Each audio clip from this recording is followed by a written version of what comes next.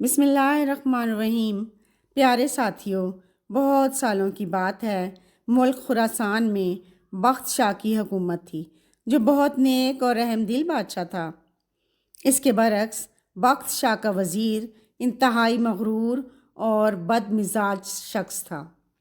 وزیر بننے کے بعد قوت و اختیارات اور دولت کی ریل پیل نے اس کا دماغ خراب کر دیا تھا، جس کی وجہ سے وہ ہر شخص کو حقیر سمجھتا تھا۔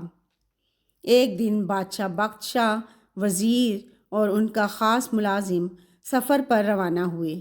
وہ تینوں علیحدہ علیحدہ گھوڑوں پر سوار تھے۔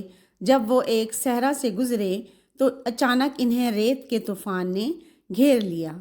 گرد و غبار کی وجہ سے انہیں راستہ دکھائی نہیں دے رہا تھا، لیکن ملازم نے بادشاہ کا ساتھ نہ چھوڑا اور اس کے ساتھ رہا، جبکہ وزیر ان سے بچھڑ گیا۔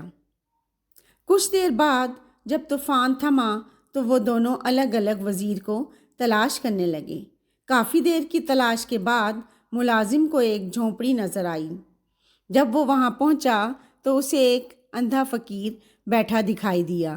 ملازم نے اس سے انتہائی بدتمیزی سے پوچھا، اندھے، کیا تو نے اس طرف سے کسی گھوڑ سوار کے گزرنے کی آواز سنی ہے؟ فقیر نے جواب دیا، نہیں بھائی، مجھے تو کچھ سنائی نہیں دیا۔ ملازم یہ سن کر آگے بڑھ گیا۔ تھوڑی دیر بعد وزیر بھی اپنے ساتھیوں کو تلاش کرتا ہوا ادھر سے گزرا۔ جھونپڑی دیکھ کر وہ بھی رکا اور اس نے فقیر سے پوچھا، او فقیر، کیا تم نے یہاں سے کسی آدمی کے گزرنے کی آوازیں سنی ہیں؟ اس نے وزیر کو بھی وہی جواب دیا جو ملازم کو دیا تھا۔ وزیر بھی وہاں سے آگے بڑھ گیا۔ کچھ ہی دیر گزری تھی کہ بخت شاہ بھی اسی جھونپڑی کے پاس سے گزرا۔ فقیر کو دیکھ کر گھوڑے سے نیچے اترا۔ پہلے فقیر کو سلام کیا، اس کے بعد انتہائی ادب سے پوچھا، شاہ صاحب، کیا آپ نے کسی گھوڑے کی آوازیں سنی ہیں؟ نابینا فقیر نے جواب دیا، جی ہاں جہاں پناہ، پہلے حضور کا ملازم ادھر سے گزرا، پھر آپ کا وزیر۔ بادشاہ کو یہ سن کر بہت حیرت ہوئی۔ اس نے پوچھا، شاہ صاحب، آپ تو نابینا ہیں، آپ کو کیسے معلوم ہوا کہ میں بادشاہ ہوں؟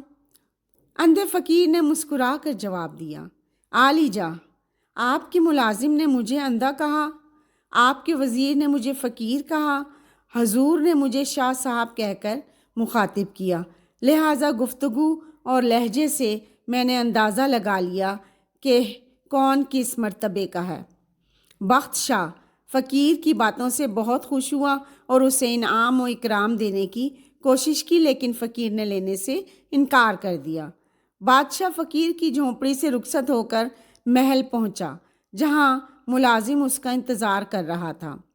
اس نے اسے فقیر سے بے سودا انداز میں گفتگو کرنے پر سرزنش کی۔ اس دوران وزیر بھی محل پہنچ گیا۔ بادشاہ نے اسے بھی نابینا فقیر سے ہونے والی گفتگو سے آگاہ کیا، پھر دونوں کو سمجھایا کہ اعلیٰ مرتبے یا عہدے کے نشے میں کسی انسان کو کمتر اور حقیر نہیں سمجھنا چاہیے۔